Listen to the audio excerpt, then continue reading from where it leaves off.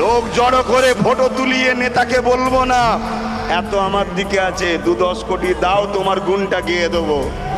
ও ছেলে আব্বাস সিদ্দিকী নয়। আমি পরের গুণ গাইতে যাবো কারণ আমার ঘরেই তো আল্লাহ করে নেতা পাঠিয়েছে। এই জানেন না নওশাদ সিদ্দিকীকে? ও তো আমার ঘরের। কথা বুঝছেন না, বোঝেন না? অত্যন্ত বেদনা দুঃখ নিয়ে বলছি, 2014-15 থেকে সংগ্রাম করছি, আন্দোলন করছি।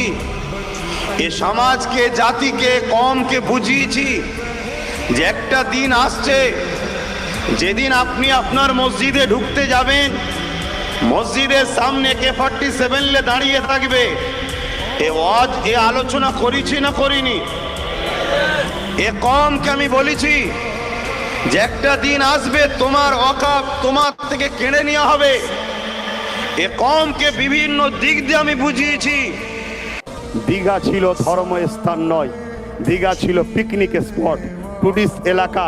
সেই জায়গাটাকে বড় প্ল্যানে রাজ্য সরকার ধর্মস্থান বানিয়েছে।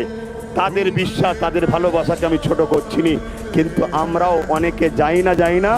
তাই কত কোটি টাকা দিয়ে মসজিদের দাবি রইল, জোরে বলুন। কেন উনি তো এমনিই বলেছে আমি মুসলিম দরদি একটু বেশি, তাই তো হিজাব পরে ঈদগায় যায়।